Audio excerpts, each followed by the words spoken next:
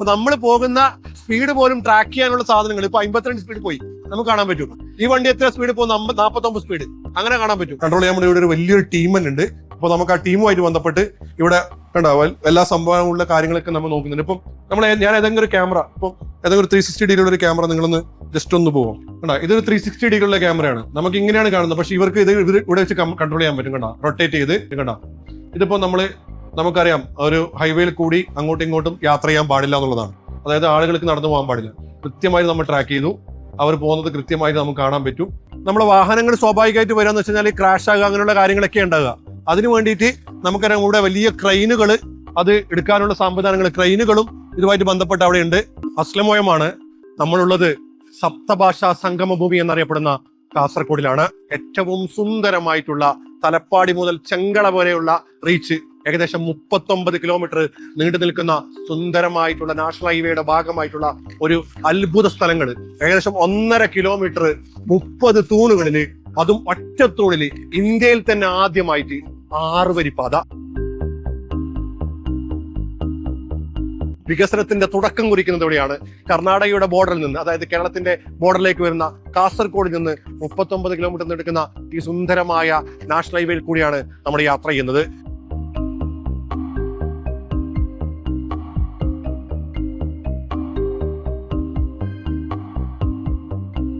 വ്യത്യസ്തമായിട്ടുള്ള നാഷണൽ ഹൈവേകളും പാലങ്ങളും അതുപോലെ തന്നെ സർവീസ് റോഡുകളൊക്കെ ആയിട്ടുള്ള ഈ സുന്ദരമായിട്ടുള്ള പദ്ധതി, അതിന്റെ ഏറ്റവും മനോഹരമായ കാഴ്ചകളാണ് നമ്മൾ കാണാൻ പോകുന്നത്.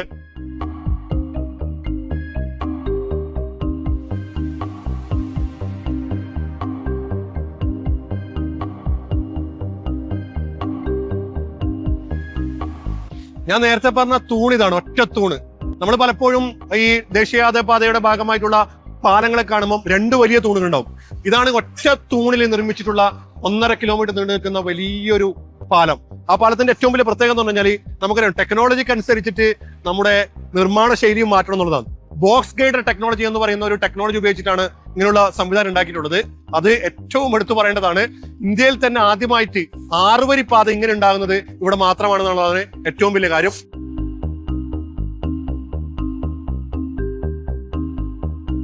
നിങ്ങൾ പിറകിലേക്ക് നോക്കിക്കഴിഞ്ഞാൽ മനസ്സിലാക്കാൻ പറ്റും, ചെറിയ റോഡുകൾ മാറി വലിയ റോഡുകൾ. സർവീസ് റോഡാണ് നിങ്ങൾ കാണുന്നത്. ഇതിന്റെ മുകളിലൂടെ 6 വരി പാത പോകുന്നത്.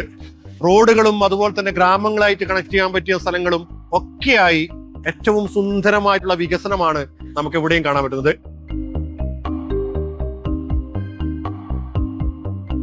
ഏറ്റവും സുന്ദരമായ ടെക്നോളജി ഉപയോഗിച്ചിട്ട് മനുഷ്യന്റെ സമയത്തെ ഏറ്റവും കൂടുതൽ ഇമ്പോർട്ടന്റ് ആയി കൊടുത്തുകൊണ്ട് ഇത്രയും സ്ഥലത്തിന്റെ സാന്ദ്രതകളൊക്കെ മനസ്സിലാക്കിക്കൊണ്ട് വികസനം എങ്ങനെ കൊണ്ടുവരാൻ പറ്റും എന്നതിന് ഏറ്റവും വലിയ ഉദാഹരണമാണ് ഈ ഒറ്റത്തൂണിൽ നിർമ്മിച്ചിട്ടുള്ള ഈ പാതയുടെ താഴെ നിൽക്കുമ്പോൾ എനിക്ക് തോന്നുന്നത്.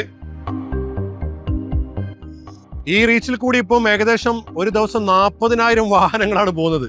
നിങ്ങൾക്ക് പിറകിലേക്ക് നോക്കിക്കഴിഞ്ഞാല് മുംബൈയിലേക്ക് ഗോവയിലേക്കുള്ള കിലോമീറ്റർ കാണാൻ പറ്റും. അപ്പൊ ഈ റൂട്ട് നേരെ വിട്ടുകഴിഞ്ഞാൽ മുംബൈ ഗോവ നമുക്ക് അങ്ങ് പോയിട്ട് വരാൻ പറ്റും. ഒരു ദിവസം 40,000 വണ്ടികൾ. ഇത് നിങ്ങൾ മനസ്സിലാക്കാൻ പറ്റും. ഇവിടെ ഒരു ഡിസ്പ്ലേ, നമ്മൾ പോകുന്ന സ്പീഡ് കൃത്യമായിട്ട് ഇവിടെ രേഖപ്പെടുത്തുന്നുണ്ട്. ഓരോ നാഷണൽ ഹൈവേന്റെ ഓരോ റോഡിൽ കൂടിയും നമുക്ക് പോകേണ്ട വാഹനത്തിന്റെ സ്പീഡ് കൃത്യമായിട്ട് എഴുതി വെച്ചിട്ടുണ്ട്. അതിന്റെ മുകളിൽ പോയി കഴിഞ്ഞാൽ നിങ്ങൾ പിടിക്കപ്പെടുമോ എന്നുള്ളതിന് ഒരു സംശയമില്ല. അപ്പൊ നമ്മൾ പോകുന്ന സ്പീഡ് പോലും ട്രാക്ക് ചെയ്യാനുള്ള സാധനങ്ങൾ ഇപ്പൊ 52 സ്പീഡ് പോയി നമുക്ക് കാണാൻ പറ്റും. ഈ വണ്ടി എത്ര സ്പീഡ് പോകും? 49 സ്പീഡ് അങ്ങനെ കാണാൻ പറ്റും.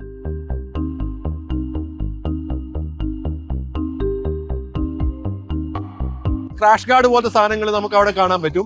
അതിന്റെ മുകളിലായിട്ട് ചെറിയ ചെറിയ തൂണുകൾ നമുക്ക് ചെറുതായി കാണാൻ പറ്റും. ഇതിന് ഏറ്റവും വലിയ, ഞാൻ പലപ്പോഴും ഈ ബാംഗ്ലൂർ ഹൈവേയിലൊക്കെ ഞാൻ യാത്ര ചെയ്യാറുണ്ട്, ഇങ്ങനെയുള്ള സംഭവങ്ങൾ ഞാൻ കണ്ടിട്ടില്ല. അപ്പൊ ഞാൻ ഇവിടെ ചോദിച്ചപ്പോൾ അവർ പറഞ്ഞു വെച്ചാൽ ഇതൊരു ആന്റി ഗ്ലെയർ സംവിധാനമാണ്. അതായത് ലൈറ്റിന്റെ സംഭവം തന്നെ, നമ്മുടെ ലൈറ്റ് പല ഭാഗങ്ങളിൽ നിന്ന് വരുമ്പോൾ 2 ഭാഗം, ഒരുപാട് ലൈറ്റ് ഒരുമിച്ച് മനുഷ്യന്റെ കണ്ണിലേക്ക് വരുമ്പോൾ അല്ലെങ്കിൽ റിഫ്ലക്ഷന്റെ ഭാഗമായിട്ട് നമുക്ക് ചിലപ്പം മുമ്പോട്ടുള്ള സംഭവങ്ങൾ കാണാൻ പറ്റില്ല. ആ ഗ്ലെയറിംഗ് ഒഴിവാക്കാൻ വേണ്ടി, ഏറ്റവും നല്ല ഗ്ലെയറിംഗ് സംവിധാനം കൊണ്ടുവരാൻ വേണ്ടി ആന്റി ഗ്ലെയർ സിസ്റ്റം എന്നുള്ള സിസ്റ്റം ഉപയോഗിച്ചിട്ട് നമുക്ക് ഉപയോഗിക്കാൻ പറ്റും. എത്രത്തോളം കൃത്യമായിട്ടുള്ള സ്പീഡുകളിൽ നമ്മൾ കൈകാര്യം ചെയ്യുന്നോളും നമ്മുടെ യാത്ര സുഗമമാവും.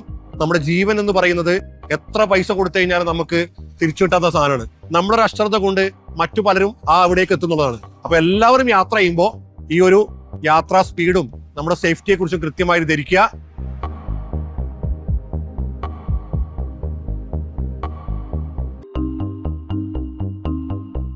നമ്മളെ മുമ്പിൽ കാണുന്നുണ്ടല്ലേ ഇപ്പം ഒരു ബ്രിഡ്ജ്, അതിന് FOB എന്നാ പറയാ, ഫൂട്ട് ഓവർ ബ്രിഡ്ജ്.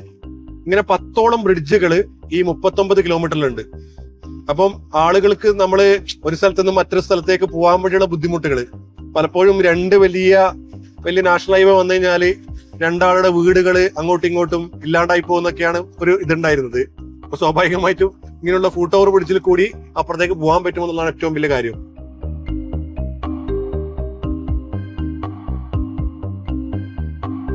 ഈ 39 കിലോമീറ്ററുള്ള റീച്ചിൽ ഏകദേശം 4ഓളം പ്രധാനപ്പെട്ട പാലങ്ങളുണ്ട്. അതിൽ മൊഗ്രാല്, ഉപ്പള, കുമ്പള, ഷിറിയ, ഇങ്ങനെ 3 പാലങ്ങൾ. അതിൽ നമ്മള് കർണാടകയിൽ നിന്ന് വരുന്ന ഷിറിയ എന്നുള്ള പാലത്തിന്റെ അടുത്താണുള്ളത്. ഇതൊരു സംഗമ ഭൂമി പോലെയാണ്.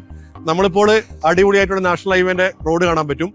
ഒരു ഭാഗത്ത് ട്രെയിൻ ചൂളം പിടിച്ചു പോകുന്ന മനോഹരമായ റെയിൽപാത കാണാൻ പറ്റും. അതിന്റെ അപ്പുറത്ത് തന്നെ മനോഹരമായിട്ടുള്ള കടല് കാണാൻ പറ്റും. അതിന് തൊട്ടടുത്ത് തന്നെ സുന്ദരമായ പുഴയും കാണാൻ പറ്റും.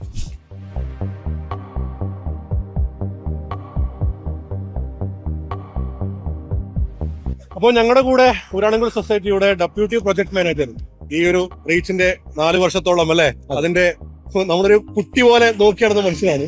അപ്പൊ അങ്ങനെ ഒരു ആളും കൂടി ഉണ്ട്. അപ്പൊ മൂപ്പരോട് കൂടുതൽ കാര്യങ്ങൾ നമുക്ക് ചോദിക്കാം. എന്നാണ് ഈ ഒരു പ്രൊജക്ട് സ്റ്റാർട്ട് ചെയ്യുന്നത്? ഇതിന്റെ ഏറ്റവും വലിയ ചലഞ്ചസ് എന്തൊക്കെയാണെന്നുള്ളതാണ് ചോദിക്കുന്നത്. ഇത് 2021 നവംബറിലാണ് നമുക്ക് ഇതിന്റെ അപ്പോയിന്റ്മെന്റ് ഡേറ്റ് ലഭിക്കുന്നത്.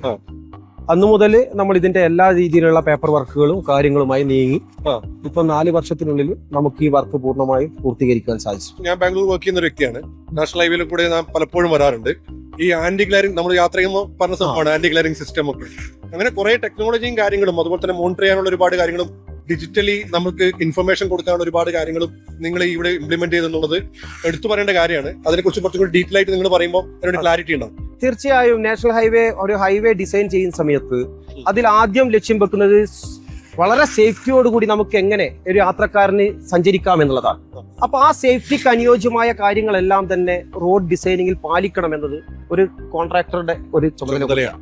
അപ്പൊ അത് ഡിസൈനിങ്ങിന്റെ സമയം മുതലേ നമ്മൾ ഓരോന്നിനും അത് നോർത്ത് സ്പെസിഫിക്കേഷൻ പ്രകാരം നമ്മൾ അത് പാലിച്ചു. നമ്മൾ ഈ കാണുന്നതാണ് VOP എന്നാണ്, വെഹിക്കിൾ ഓവർപാസ്. അതായത് നമ്മുടെ താഴത്തു കൂടി വണ്ടി പോവും, മേലെ കൂടിയും വണ്ടി പോവും. അപ്പൊ അവിടെ ക്രോസ് ചെയ്യാൻ വേണ്ടി നമ്മൾ നേരത്തെ ഫൂട്ട് ഓവർ ബ്രിഡ്ജ് പോലെ അത് മനുഷ്യന്മാർക്ക് കടക്കാനാണെങ്കിൽ ഇത് അതിലൂടെ നമ്മുടെ വണ്ടി അവിടെ നിർത്തിയിട്ടാണ് ഇതില്ലേ, അതിന് മുകളിൽ കൂടിയും വണ്ടി പോകാൻ പറ്റും. ഒരു തുരങ്കത്തിന്റെ ചെറിയൊരു പാർട്ട് പോലെ അല്ലെ, അങ്ങനെയാണ് ഈ സംഭവം സെറ്റ് ആക്കിയിട്ടുള്ളത്. നമ്മളിനി പോകാൻ പോകുന്നത് ATMS കൺട്രോൾ റൂം. അതായത് ഈ 39 കിലോമീറ്ററിൽ നടക്കുന്ന കാര്യങ്ങൾ കൃത്യമായിട്ട് ട്രാക്ക് ചെയ്യാനും കൺട്രോൾ ചെയ്യാനും, ഇവിടെ വിൻഡ് വരുന്നുണ്ടോ, മഴ വരുന്നുണ്ടോ, അല്ലെങ്കിൽ ക്യാമറകളിൽ കൃത്യമായിട്ട് ഇതൊക്കെ നോട്ട് ചെയ്യുന്നുണ്ട്. പ്രത്യേകിച്ചിട്ട് എന്തെങ്കിലും അപകടം നടക്കുന്നുണ്ടെങ്കിൽ അതിനെ കാര്യങ്ങളൊക്കെ കൈകാര്യം ചെയ്യാനും അത് കൺട്രോൾ ചെയ്യാനുള്ള സംവിധാനങ്ങൾ ഇവിടെയുണ്ട്. 39ഓളം 360 ഡിഗ്രിയുള്ള ക്യാമറകൾ, 15ഓളം സ്പീഡ് ക്യാമറകൾ, അതുപോലെ തന്നെ മറ്റൊരുപാട് സംവിധാനങ്ങൾ അടങ്ങുള്ള ഒരു കൺട്രോൾ റൂമാണ് ഇതിന്റെ ഉള്ളിലുള്ളത്. നമുക്ക് അവിടത്തേക്ക് പോവാം.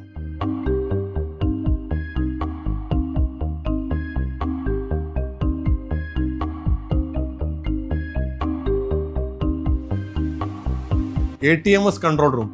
ഇതിന്റെ ഏറ്റവും വലിയ പ്രത്യേകത എന്ന് പറഞ്ഞാൽ നമ്മൾ പറഞ്ഞ പോലെ 39 കിലോമീറ്റർ ആണ് ഈ ഒരു റീച്ച് ഉള്ളത്.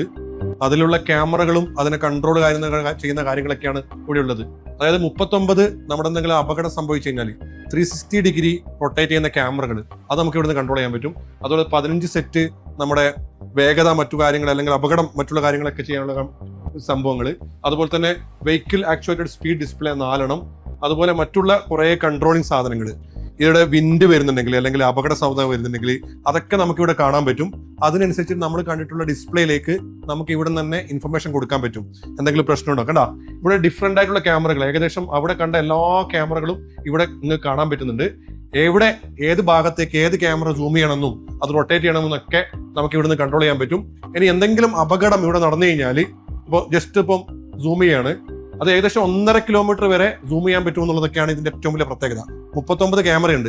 അതിൽ 39 കിലോമീറ്ററിലും നമുക്ക് എല്ലാ സ്ഥലത്തേക്കുമുള്ള ഇൻഫർമേഷൻ കിട്ടും. ഇനി എന്തെങ്കിലും അപകടം നടന്നു കഴിഞ്ഞാൽ ഇപ്പം ഇതൊക്കെ നമ്മളെടുത്ത് നമ്മുടെ സുരക്ഷിതത്വം ഏറ്റവും വളരെ ഇമ്പോർട്ടന്റ് ആണ്. എന്തെങ്കിലും ആർക്കെങ്കിലും പ്രശ്നം ഉണ്ടായി കഴിഞ്ഞാൽ, ആക്സിഡന്റ് ഉണ്ടായി കഴിഞ്ഞാൽ നമ്മുടെ കൺട്രോൾ വെഹിക്കിൾ ആ റൂട്ടിൽ ഇങ്ങനെ സഞ്ചരിച്ചുകൊണ്ടേയിരിക്കുന്നുണ്ടാവും. അത് 10:33 വിളിച്ചു കഴിഞ്ഞാൽ ഓട്ടോമാറ്റിക് ആയിട്ട് അത് ഡൽഹിയിലേക്ക് കണക്ട് ചെയ്യും. അത് നേരെ ഇവിടത്തേക്ക് വരും. എവിടെയാണ് ലൊക്കേഷൻ എന്ന് കൃത്യമായി സ്കെച്ച് ചെയ്യും. അത് ഇവിടെ നിന്ന് ഇവർ നോക്കും.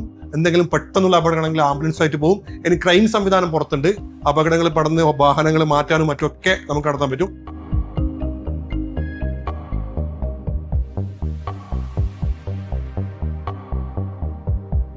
കൺട്രോൾ ചെയ്യാൻ വേണ്ടി ഇവിടെ ഒരു വലിയൊരു ടീം തന്നെ ഉണ്ട്. അപ്പോൾ നമുക്ക് ആ ടീമുമായിട്ട് ബന്ധപ്പെട്ട് ഇവിടെ ഉണ്ടാവും എല്ലാ സംഭവങ്ങളുള്ള കാര്യങ്ങളൊക്കെ നമ്മൾ നോക്കുന്നുണ്ട്. ഇപ്പം ഞാൻ ഏതെങ്കിലും ഒരു ക്യാമറ, ഇപ്പം ഏതെങ്കിലും ഒരു 360 ഡിഗ്രിയുള്ള ഒരു ക്യാമറ നിങ്ങളൊന്ന് ജസ്റ്റ് ഒന്ന് പോകാം. കണ്ടോ, ഇതൊരു 360 ഡിഗ്രിയുള്ള ക്യാമറയാണ്. നമുക്ക് ഇങ്ങനെയാണ് കാണുന്നത്, പക്ഷെ ഇവർക്ക് ഇത് ഇവിടെ വെച്ച് കൺട്രോൾ ചെയ്യാൻ പറ്റും. കണ്ടോ, റൊട്ടേറ്റ് ചെയ്ത് അതിന്റെ എത്ര വ്യൂ റേഞ്ച് എന്നുള്ളത് നമുക്ക് കൃത്യമായിട്ട് മനസ്സിലാക്കാൻ പറ്റും. കണ്ടോ, ഇതിപ്പോ ഒരു സ്ട്രൈറ്റ് സാധനമാണ്. ഒന്ന് സൂം ചെയ്യോ? കണ്ടോ, ആ സൂം ചെയ്യുന്ന സമയത്ത് എവിടെയാണ് അത്രയും കൃത്യമായിട്ട് വളരെ ക്ലാരിറ്റിയോട് കൂടി നമുക്ക് കിട്ടും. അതുപോലെ തന്നെ ഏറ്റവും വലിയ പ്രത്യേകത എന്ന് പറഞ്ഞു കഴിഞ്ഞാൽ, ഞാൻ നേരത്തെ പറഞ്ഞ പോലെ ഹൈവേയിൽ നമുക്ക് പോകേണ്ട സ്പീഡ് കൃത്യമായിട്ട് ലിമിറ്റ് അവിടെ വെച്ചിട്ടുണ്ട്. ആ ലിമിറ്റ് നമ്മൾ കഴിഞ്ഞു പോകുമ്പോൾ കൃത്യമായിട്ട് ഇവിടെ ട്രാക്ക് ചെയ്യും. അതിന്റെ പിക്ചർ നമുക്ക് കിട്ടും. നമുക്ക് നേരത്തെ 160, 155 സ്പീഡിൽ ഓടിയ ആ ഒരു വിഷ്വൽസ് ഒക്കെ കാണാൻ പറ്റും. ഒരു ദിവസം എത്രയാണ് ക്രൈം നടക്കുന്നതും, അതുപോലെ തന്നെ ഈ ഒരു മാസത്തിനുള്ളിൽ ഏകദേശം 120 സ്പീഡ്, 100 മുകളിൽ സ്പീഡ് പോയത് 36,000 വെഹിക്കിളാണ്. അതിന്റെ എല്ലാ ഡീറ്റെയിൽസും ഉണ്ട്. അത് ഇപ്പോൾ നാഷണൽ ഹൈവേന്റെ അല്ലെങ്കിൽ ആ അതോറിറ്റി കൈമാറും. അത് വേണമെങ്കിൽ നിങ്ങൾക്ക് അത് പോലീസ് കംപ്ലൈന്റ് ആയിട്ടോ അല്ലെങ്കിൽ നിങ്ങൾ ഫൈൻ ആയിട്ടോ ചിലപ്പോൾ വരാൻ പറ്റും. അപ്പോൾ കൃത്യമായിട്ട് നിങ്ങൾ ക്യാമറ ഒന്നുമില്ല അടിച്ചു വിടാം എന്ന് വിചാരിച്ച് നിങ്ങൾ പോകരുത്. ഇതൊക്കെ ഉണ്ടാക്കിയിട്ടുള്ളത് നമ്മുടെ സുരക്ഷത്തിന്റെ ഭാഗമാണ്. സ്വാഭാവികമായിട്ടും കണ്ട, ഇതിപ്പോ നമുക്കറിയാം ഒരു ഹൈവേയിൽ കൂടി അങ്ങോട്ടും ഇങ്ങോട്ടും യാത്ര ചെയ്യാൻ പാടില്ല എന്നുള്ളതാണ്. അതായത് ആളുകൾക്ക് നടന്നു പോകാൻ പാടില്ല. കൃത്യമായിട്ട് നമ്മൾ ട്രാക്ക് ചെയ്തു. അവർ പോകുന്നത് കൃത്യമായിട്ട് നമുക്ക് കാണാൻ പറ്റും. ഇനി അതിനാണ് നമ്മൾ ഫൂട്ട് ഓവർ പിടിച്ച കാര്യങ്ങളൊക്കെ ഉണ്ടായത്. കാരണം ഏറ്റവും സ്പീഡിൽ വരുന്ന വാഹനങ്ങൾക്ക് ഒരിക്കലും അവരെ ട്രേസ് ചെയ്യാൻ പറ്റില്ല. നമ്മുടെ സുരക്ഷത്തിന് വേണ്ടിയിട്ടാണ് ഏറ്റവും വലിയ ബാരിക്കേഡും അതുപോലെ തന്നെ ആ സംഭവമൊക്കെ ഉണ്ടാക്കിയിട്ടുള്ളത്. നേരത്തെ നിങ്ങൾ കണ്ട ചില കാര്യങ്ങളില്ലേ, ഓൾറെഡി നിങ്ങൾ ഇവിടുത്തെ ഹ്യൂമിഡിറ്റിയും കാര്യങ്ങളൊക്കെ കണ്ട കാര്യങ്ങളൊന്നും കൂടി പറയാൻ പറ്റുമോ? കാണിച്ചു തരുമോ? ഇവിടുത്തെ കാലാവസ്ഥ, മഴയുടെ അളവ്, ഹ്യൂമിഡിറ്റി, ഇതൊക്കെ കാണുന്നതാണ് ഈ MIT. ഇത് സ്ഥാപിച്ചിരിക്കുന്നത് നമ്മുടെ ATMSന്റെ മുകളിൽ തന്നെയാണ്. ഇതിപ്പോൾ നേരത്തെ പറഞ്ഞ VIDS ക്യാമറയാണ്. 15 എണ്ണമാണ് നമ്മളിപ്പോൾ സെറ്റ് ചെയ്തിട്ടുള്ളത്. വീഡിയോ ഇൻസിഡന്റ് ഡിറ്റക്ഷൻ സിസ്റ്റം എന്നാണ് ഇതിൻ്റെ ഫുൾ പേര്. വഴിയിൽ നിർത്തിയിടുന്ന വാഹനങ്ങൾ, അതുപോലെ റോങ് ഡയറക്ഷനിൽ വരുന്ന വാഹനങ്ങൾ, ഇതൊക്കെ വളരെ കൃത്യമായിട്ട് ഇവിടെ ക്യാമറ ഡിറ്റക്ട് ചെയ്യും. തലപ്പാടിയിൽ നിന്നും കാസർഗോഡേക്ക് പോകുന്ന വഴിയാണിത്. ഇവിടെ നിന്ന് റോങ് ഡയറക്ഷനിലാണ് ഈ ഓട്ടോ സഞ്ചരിച്ചുകൊണ്ടിരിക്കുന്നത്. ഈ ബസ് ഇത് റോങ് ഡയറക്ഷനിലാണ് ഇപ്പോൾ സഞ്ചരിച്ചുകൊണ്ടിരിക്കുന്നത്.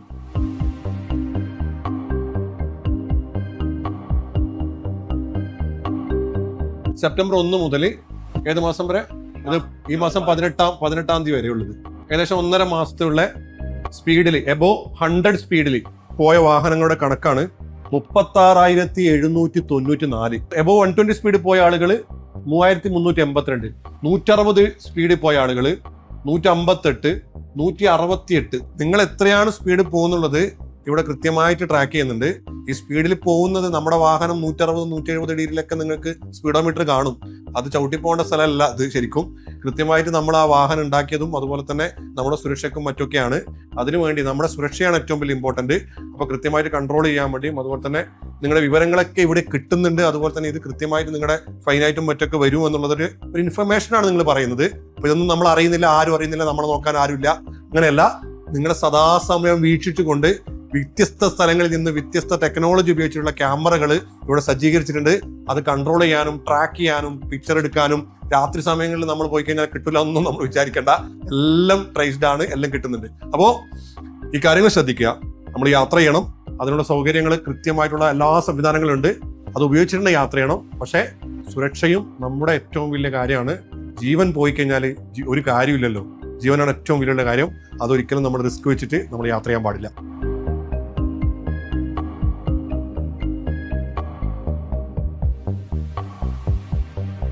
നമുക്ക് എന്തെങ്കിലും അപകടം സംഭവിച്ചു കഴിഞ്ഞാൽ അല്ലെങ്കിൽ എന്തെങ്കിലും ഇൻസിഡന്റ് സംഭവിച്ചു കഴിഞ്ഞാൽ നമ്മൾ വിളിക്കേണ്ടത് 1033 എന്നുള്ള നമ്പറാണ്. അത് കൃത്യമായിട്ട് ഇവിടെ എഴുതിയിട്ടുണ്ട്. അപ്പൊ സ്വാഭാവികമായിട്ടും 1033 ഇതിൽ വിളിച്ചു കഴിഞ്ഞാൽ കൺട്രോൾ റൂമിലേക്ക് എത്തും. എവിടെയാണ് ഇൻസിഡന്റ് എന്നുള്ളത് കൃത്യമായിട്ട് നമുക്ക് ട്രാക്ക് ചെയ്യാൻ പറ്റും. അവിടത്തേക്ക് നമുക്ക് എന്തെങ്കിലും അപകടം ഉണ്ടെങ്കിൽ, അതായത് അത് എന്ത് രീതിയിലുള്ള അപകടമാണെന്ന്, ആളുകളുടെ ഇഞ്ചുറി ആണെങ്കിൽ അതിനുള്ള ആംബുലൻസ് സംവിധാനങ്ങൾ ഇവിടെയുണ്ട്. ആംബുലൻസ് അവിടത്തേക്ക് കൃത്യമായിട്ട് എത്തും. നമുക്കിവിടെ വേണ്ടിയിട്ടുള്ള നിർദ്ദേശങ്ങളും മറ്റുമൊക്കെ അല്ലെങ്കിൽ പെട്ടെന്ന് കൊടുക്കേണ്ട കാര്യങ്ങളും കൃത്യമായിട്ട് ചെയ്തു തരും. ഇനി നിങ്ങൾ കുറച്ചും കൂടിയും നമ്മുടെ വാഹനങ്ങൾ സ്വാഭാവികമായിട്ട് വരാന്ന് വെച്ച് കഴിഞ്ഞാൽ ക്രാഷ് ആകുക, അങ്ങനെയുള്ള കാര്യങ്ങളൊക്കെ ഉണ്ടാകുക. അതിനു വേണ്ടിയിട്ട് നമുക്കറിയാം ഇവിടെ വലിയ ക്രെയിനുകൾ, അത് എടുക്കാനുള്ള സംവിധാനങ്ങൾ, ക്രെയിനുകളും ഇതുമായിട്ട് ബന്ധപ്പെട്ട് അവിടെ ഉണ്ട്. നമുക്കറിയാം വലിയ ക്രെയിനുടെ സെറ്റപ്പായിട്ട് അവിടെ നിൽക്കുന്നുണ്ട്. ആ ക്രെയിനും ഉപയോഗിച്ചിട്ട് ആ ക്രെയിൻ എവിടെയാണ് ലൊക്കേറ്റ് ചെയ്യുന്നത് അവിടെ നിന്ന് എടുത്ത് മാറ്റാനും ഒക്കെ ആ കറക്റ്റ് സ്ഥലത്തേക്ക് എത്തും. അത് ഓരോ ലൊക്കേഷൻ എവിടെയാണെന്നുള്ളത് കൃത്യമായിട്ട് നമുക്ക് അതിന്റെ ചൈനേജ് സിസ്റ്റത്തിൽ കൂടി അവർക്ക് മനസ്സിലാക്കാൻ പറ്റും. അതിൽ കൃത്യമായിട്ട് അവിടെ നമ്പർ ഉണ്ട്. ആ നമ്പർ ഇവിടെ എത്തും, അവിടത്തേക്ക് ലൊക്കേഷനിലേക്ക് എത്തും, അവിടെ നിന്ന് ഇവാക്യുവേറ്റ് ചെയ്യും. അല്ലെങ്കിൽ അത് കാര്യങ്ങൾ കൈകാര്യം ചെയ്യും. ഇതാണ് ഇതിനൊരു സിസ്റ്റം. അപ്പോൾ സുരക്ഷിതമായിട്ട് യാത്ര ചെയ്യാനും അത് മറ്റുള്ളവരിലേക്ക് സുരക്ഷിതമായിട്ട് കൊണ്ടുവരാനുമുള്ള സംവിധാനങ്ങളും കൺട്രോൾ റൂമുകളും സജ്ജീകരിച്ചിട്ടുണ്ട്. നേരത്തെ പറഞ്ഞതുപോലെ പ്രകൃതി ദുരന്തങ്ങൾ അല്ലെങ്കിൽ മഴ അങ്ങനെയുള്ള കാര്യങ്ങളൊക്കെ കൃത്യമായിട്ട് ട്രാക്ക് ചെയ്യാനും വിൻഡിനെ ട്രാക്ക് ചെയ്യാനുള്ള സിസ്റ്റം ഉണ്ട്. അതനുസരിച്ച് നിർദ്ദേശങ്ങൾക്ക് നമ്മുടെ ഡിജിറ്റൽ സ്ക്രീനിൽ കൂടി നമുക്ക് കാണാനും പറ്റും.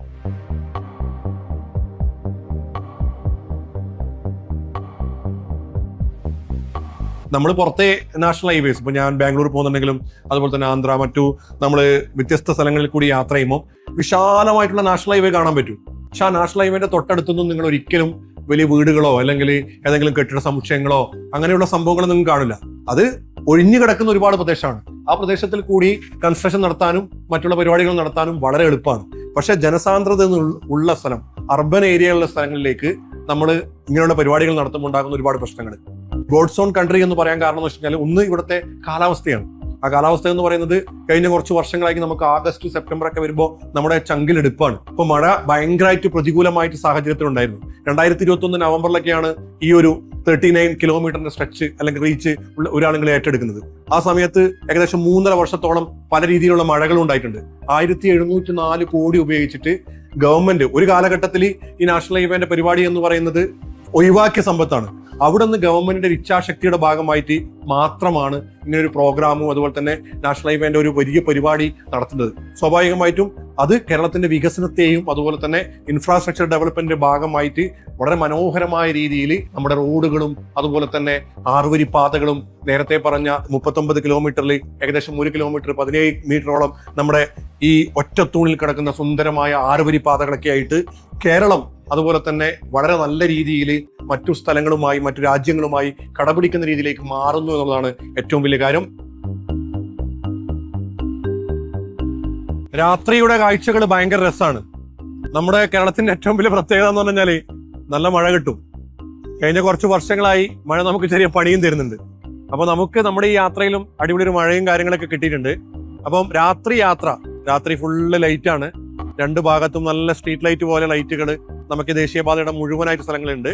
അത് കാണാൻ തന്നെ ഭയങ്കര രസമാണ്.